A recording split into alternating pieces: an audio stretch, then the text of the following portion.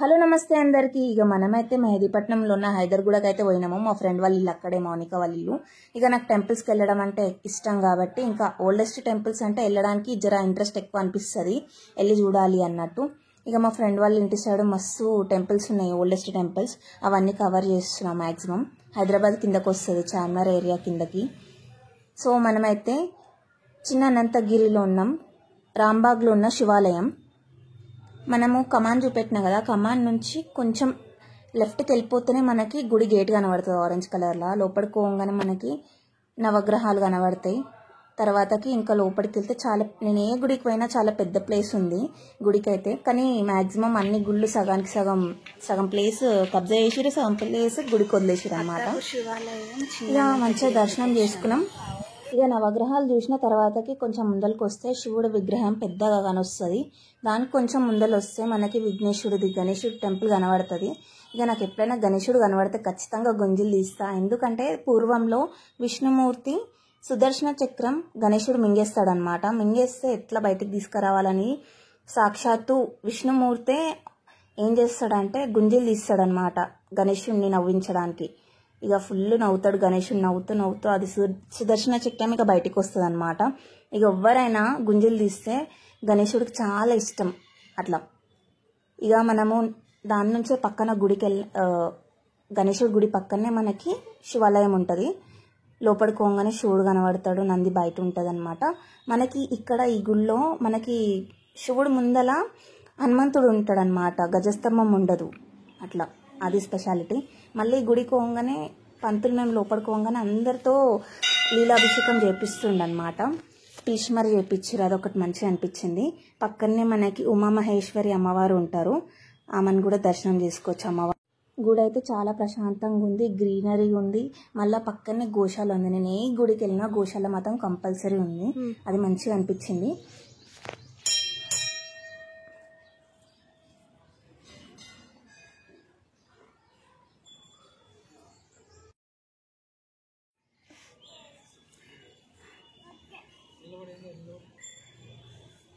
మనకి ఎక్కడైనా గోశాలలు కనబడితే ఖచ్చితంగా వెళ్ళి డొనేట్ చేయండి. డొనేట్ చేయలేము మాకు అంత లేదు అంటే అట్లీస్ట్ మనం ఫుడ్ అయినా పెడదాము, లైక్ ఫ్రూట్స్ కానీ నానబెట్టిన శనగపప్పు కానీ పెట్టండి.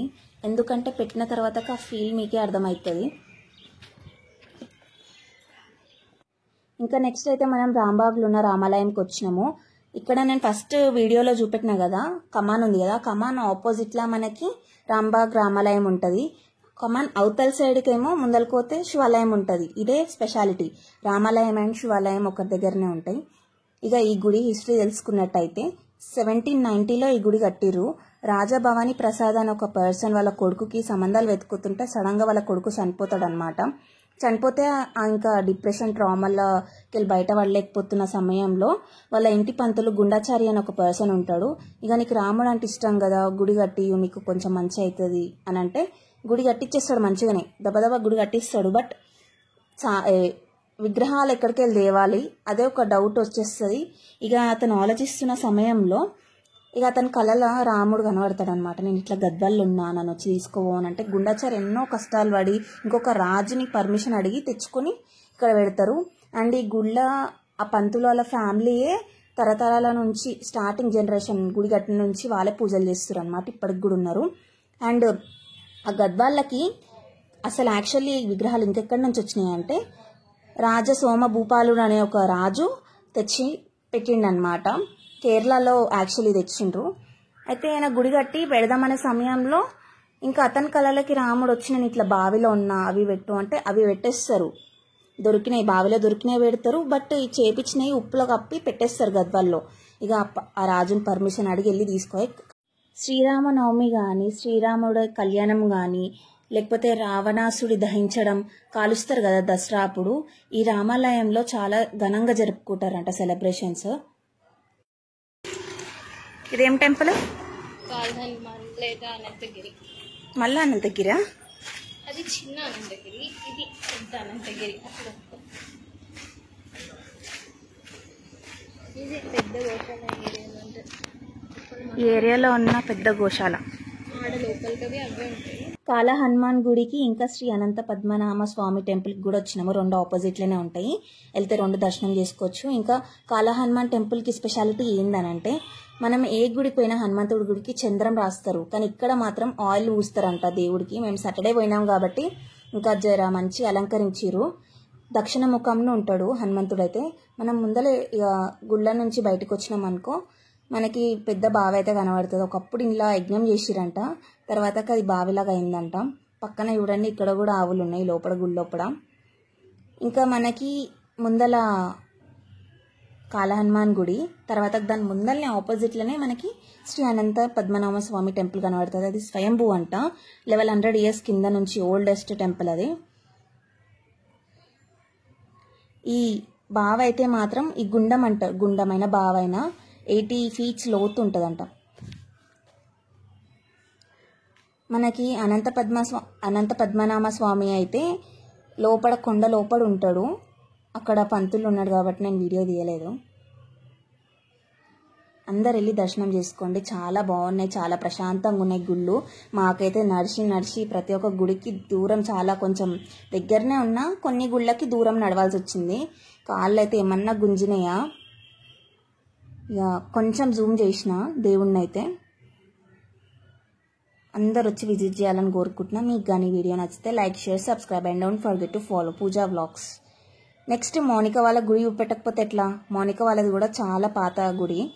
కమాన్కి ఇట్లా పొలిమేరకు ఒక గుడి అన్నట్టు ఉంటుంది కదా, అట్లా మౌనిక వాళ్ళది కూడా వాళ్ళ ఊరికి లైక్ పొలిమేర మీద ఒక గుడి. ఏమైనా సరే బోనాలు అయినా లేకపోతే ఇట్లా చికెన్ పాక్స్ అయినా ఈ అమ్మవారి దగ్గరకు వస్తారనమాట. ఎప్పటికి ఇక్కడ కూడా పూజలు అయితేనే ఉంటాయి. పాత గుడి ఇది కూడా. ఇది మళ్ళా ఇప్పుడు దీన్ని రెనోవేట్ చేయించారు. మౌనిక వాళ్ళ గుడి ఎక్కడ ఉంటుంది అంటే గుడ అంటే మెహదీపట్నంలో గుడ అనే బస్ స్టాప్ ఎదురుగానే కొంచెం ముందరికి వస్తేనే రోడ్డు మీదకే ఉంటుంది అనమాట. మౌనిక వాళ్ళది కూడా చాలా పాత గుడే. నేను మౌనిక వాళ్ళ ఇంటికి వెళ్ళినప్పుడు ఫొటోస్ చూసినాను. అప్పుడు 4 గోడలే ఉండే, జస్ట్ గుడికి అమ్మవారికి 4 దిక్కుల గోడలు ఉండే అంతే. కానీ ఇప్పుడు వీళ్ళు మాత్రం ఇంతగానం డెవలప్ చేసారు గుడి. ఇక్కడ కూడా అందరు వచ్చి దర్శనం చేసుకోరి. మౌనికకి అయితే చాలా థ్యాంక్స్ చెప్పుకోవాలి, ఇన్ని గనం గుళ్ళు తిప్పింది నాకు. ఇంకా చాలా ఇన్ఫర్మేషన్ అనేది ఇచ్చింది అనమాట, నాలెడ్జ్ ఇచ్చింది గుళ్ళ గురించి. నెక్స్ట్ కాశీబుగ్గ టెంపుల్ ఎంతమందికి తెలుసు కామెంట్ చేయండి. మేము వెళ్ళే లోపల ఇట్లా వెళ్తున్నాం, క్లోజ్ చేసేసారు, గేట్కి గుళ్ళం పెట్టేసారు అనమాట. అది 12-12:30కే క్లోజ్ అయిపోతుంది. నెక్స్ట్ దాని పక్కనే రోడ్ మీదకి శ్రీ మురాలి మనోహర స్వామి టెంపుల్ ఉంటుంది. కృష్ణుడు ఉంటాడు అనమాట లోపల. ఈ గుడి స్పెషాలిటీ ఏంటంటే అబ్బా అసలు ఏ చెట్టుకైనా సరే పేరు పెట్టిరు అనమాట. ఇట్లా బోర్డు తగిలిచ్చిరు ఏం చెట్టు అని తెలుసుకొని. అంటే మనం ఆ బోర్డు చూస్తేనే అర్థమైపోతుంది ఇక ఏం చెట్టు ఇదని. ఎంత ప్లేస్ అంటే ఫుల్ చుట్టుముట్ట గుడి చుట్టూ మొత్తం సరౌండింగ్స్ మొత్తం చెట్లతోనే కవర్. నాకు చాలా పీస్ఫుల్, చాలా మంచిగా అనిపించింది. లోపల కన్నయ్య కృష్ణుడు ఉన్నాడు. హరే కృష్ణ అందరికీ. ఇక వెళ్ళినాక ఇట్లా బోర్డులు తగిలిచ్చారు అనమాట.